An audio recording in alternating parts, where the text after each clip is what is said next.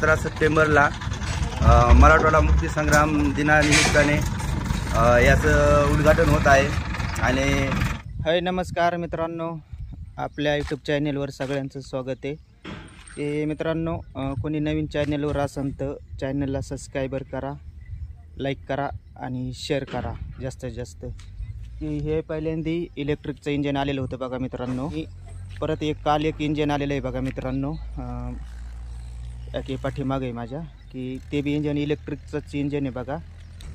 ते काल आलेलं आहे, एकदम स्पीडने काम चालू आहे बघा मित्रांनो। डे नाईट काम चालू आहे बघा, की 17 सप्टेंबरच्या आत पूर्ण काम। हे इंजिन काल आलेलं आहे बघा मित्रांनो, इलेक्ट्रिकचंच इंजिन आहे ते बी।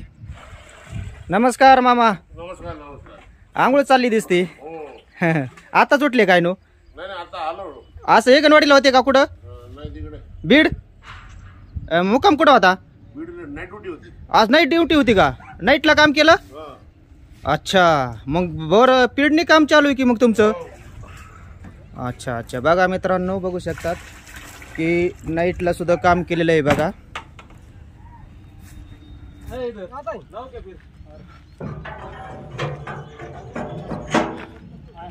बऱ्याच वर्षापासून प्रलंबित असलेला हा रेल्वेचा प्रश्न येत्या 17 सप्टेंबरला मराठवाडा मुक्ती संग्राम दिनानिमित्ताने याचं उद्घाटन होत आहे। आणि बीडहून अहिल्यानगरसाठी 40 रुपये तिकीट दर आकारलेला आहे।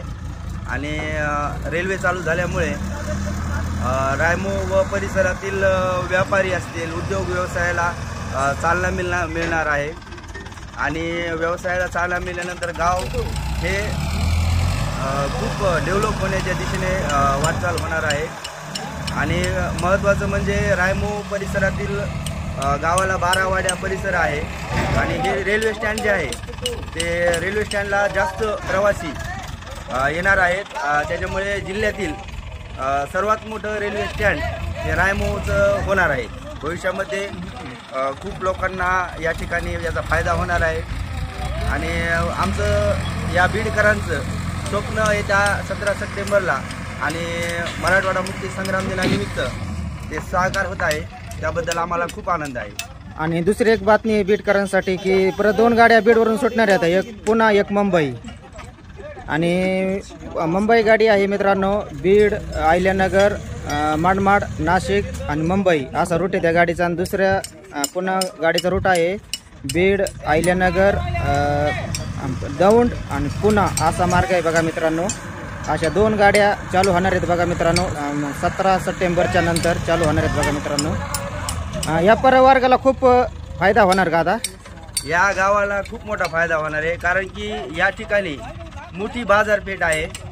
आणि बाजारपेठ असल्यामुळे लोकांना जे समजा बाहेर राज्यातून जे माल खरेदी करावा लागतो, कपड्याचे व्यापारी असतील, सुरत सारख्या ठिकाणी कपड्याचे जो माल आहे तो माल डायरेक्ट रायमोला येईल।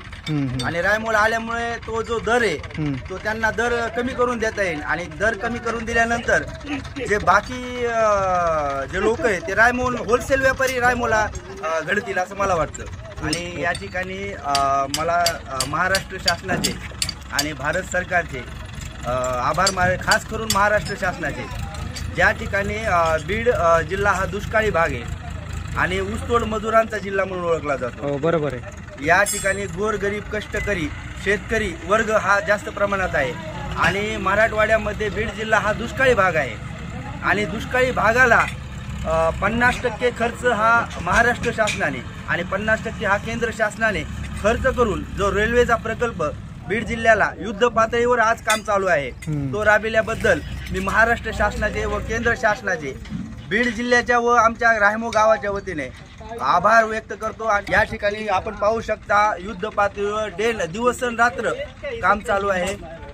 आणि या कामामुळे खरंच या जे काम करणारे जे लेबर असतील, हा कष्टकरी जे रेल्वेचे कर्मचारी असतील, यांचे पण या ठिकाणी खूप योगदान या रेल्वेला लाभलेलं आहे। एक तर अत्यंत क्वालिटीचं आणि दर्जाचं काम या ठिकाणी होत आहे, त्याबद्दल आम्ही सर्व गावकरी आणि मी समाधान व्यक्त करत आहोत। बीड जिल्ह्याला रेल्वे आल्यानंतर MIDC मोठमोठ्या कंपन्या उद्योग व्यवसाय आल्यामुळे या ठिकाणी जो बेरोजगार तरुण आहे, जो बेरोजगार व्यक्ती आहे, ज्या ठिकाणी पश्चिम महाराष्ट्रामध्ये पुण्या मुंबईसारख्या ठिकाणी आपल्याला आपलं घरदार सोडून त्या ठिकाणी काम करायला जावं लागतं, तर आता रेल्वे आल्यामुळे आणि अजितदादा विमानतळाचा पण प्रश्न मार्गी लावत आहेत.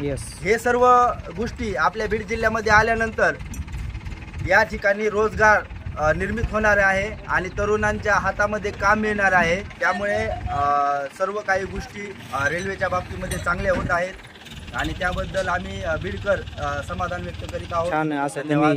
आपले गुकुळ सर, आपले पण धन्यवाद. आपण एवढं चांगलं काम या ठिकाणी शूट करण्याचं जोपासून रेल्वेचा प्रकल्प सुरू आहे तोपासून आपण आपला वेळ दिला. आपण जेवायचा टाइम बघितला नाही, आपण घरदार बघितलं नाही आणि खूप असं तुमचं या रेल्वेला, कारण की इतिहासामध्ये नोंद राहील की तुमचं जे शूट आहे, कारण की आपल्या परिसरामध्ये कोणीही शूट नाही केलं. तुम्ही प्रत्येक गोष्ट, प्रत्येक अपडेट लोकांपर्यंत पोहोचवली.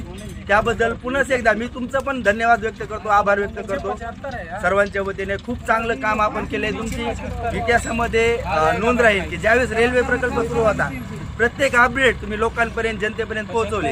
त्याबद्दल मी तुमचे पण धन्यवाद व्यक्त करतो. धन्यवाद तांबारे पाटील. किरणने आतमध्ये सामान टाकीत आहेत बघा मित्रांनो.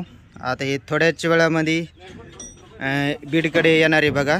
जिथं काम बाकी आहे तिथं हे काम लगेच चालू होणार आहे.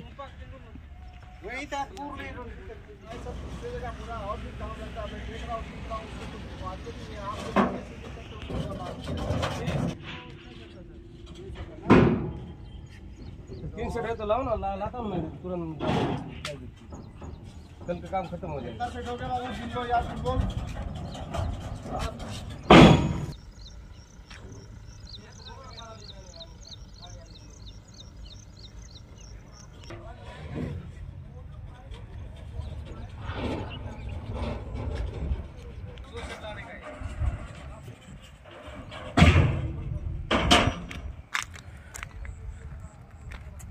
रायमो रेल्वे स्टेशनवर हे इलेक्ट्रिकचं सामान भरीत आहेत बघा मित्रांनो. पूर्ण इथं मटेरियल आहे बघा. रायमो रेल्वे स्टेशनवर इलेक्ट्रिकचं सामान पूर्ण आहे बघा. इथं इलेक्ट्रिकचं इंजिन आहे बघा मित्रांनो. हे सुद्धा हे चालू झालेलं आहे आता.